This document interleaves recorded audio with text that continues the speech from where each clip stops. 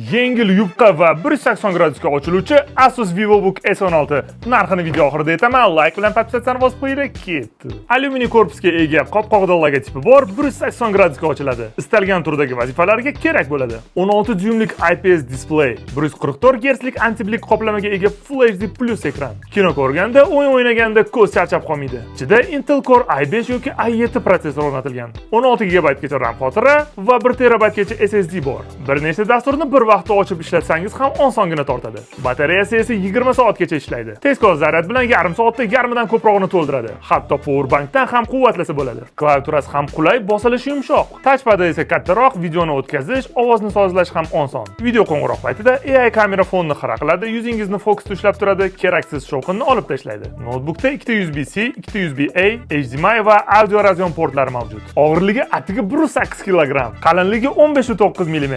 Xullas, ishga ham, o'qishga ham, o'yinga ham to'g'ri keladigan universal notebook. Obzor yoqdimi? Videoni yaqinlarga jo'natinglar va fikringlarni kommentariyada yozib qoldiringlar. Notebook narxi esa $650.